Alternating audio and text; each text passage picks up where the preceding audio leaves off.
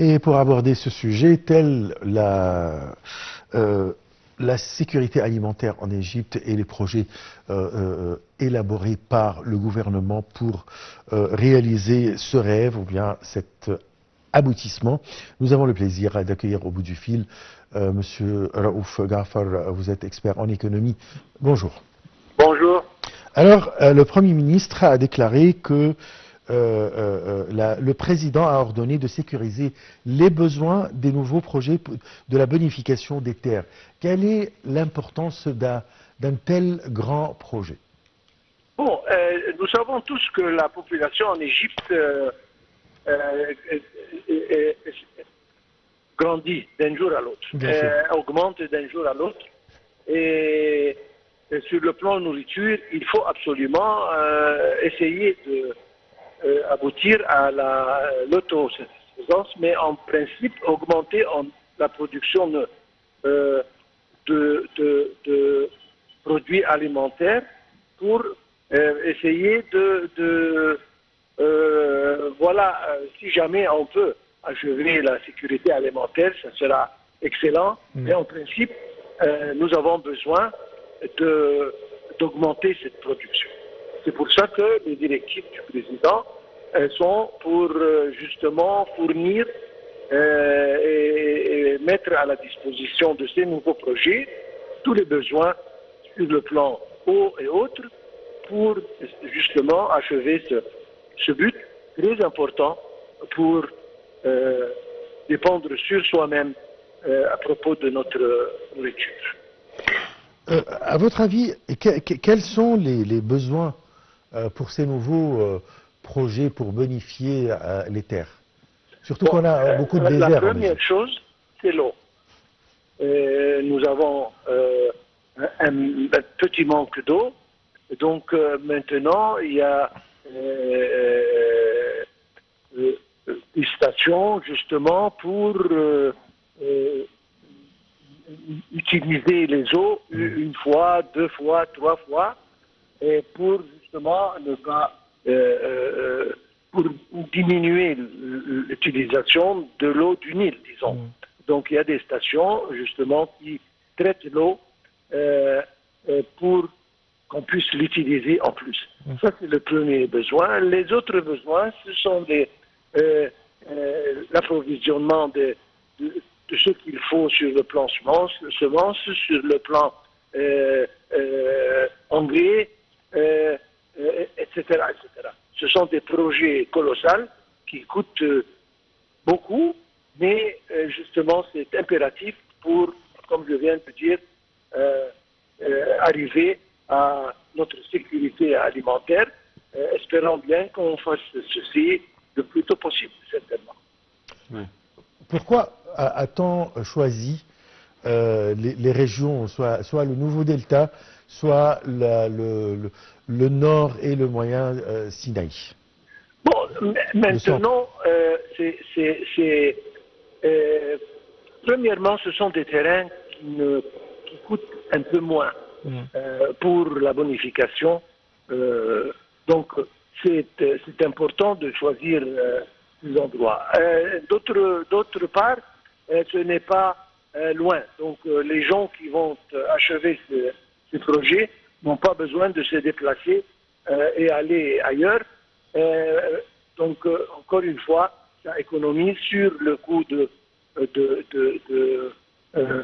visibilité de ce genre de grands projets.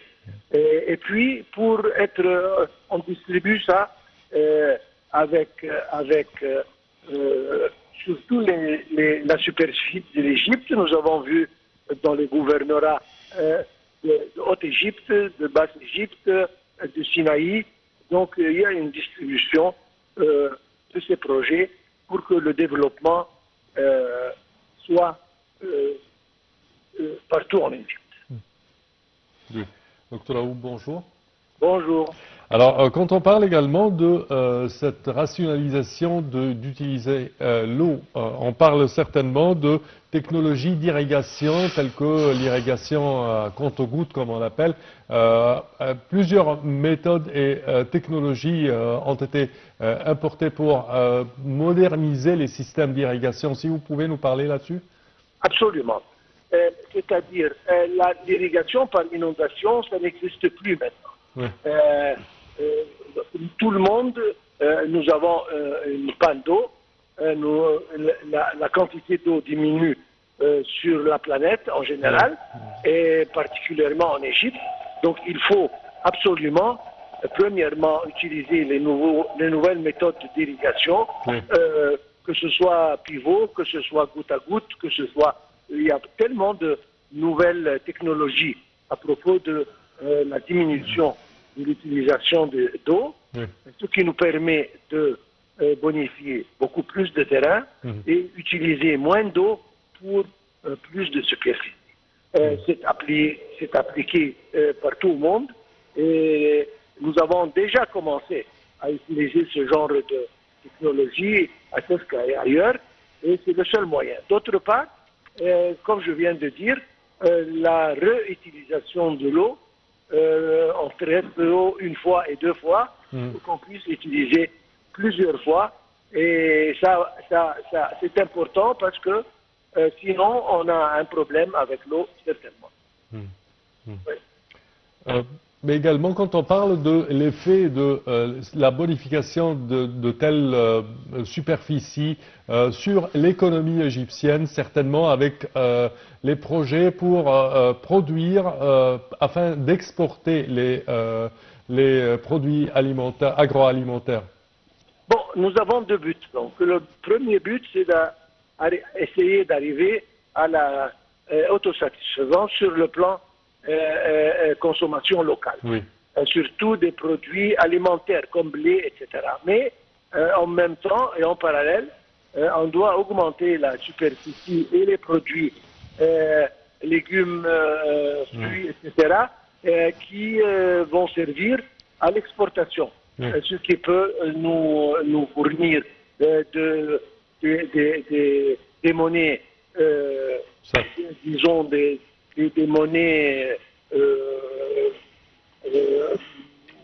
nos besoins des devises étrangères que nous voulons pour justement essayer d'arriver à une stabilité sur le plan export et import et stabiliser le taux d'échange de la livre égyptienne. Donc ça sert à double but pour l'utilisation et la consommation locale d'un côté et pour l'exportation, ce qui est excessivement important de l'autre. Je remercie beaucoup, Dr Moustapha Raouf Gaffar. Je rappelle que vous êtes expert en économie. Vous avez parlé de l'importance de ces projets, c'est-à-dire de fournir les besoins pour la bonification des terres dans le Sinaï, dans le centre et le nord du Sinaï, ainsi que dans le nouveau delta. On a besoin vraiment de ces projets pour l'autosuffisance, sinon même la sécurité alimentaire. Et comme Dr Gaffar a expliqué quand même, ça va aider beaucoup, non seulement pour la sécurité alimentaire pour les Égyptiens, mais aussi c'est possible pour l'importation et aussi pour l'économie égyptienne, puisque ça va économiser des devises étrangères et ça va nous rapporter des devises étrangères. Un projet très important si on met l'accent sur les détails de ce projet. C'est la fin de notre émission. Je vous remercie beaucoup et on se donne un rendez-vous demain à la même heure. Très très bonne journée. Au revoir.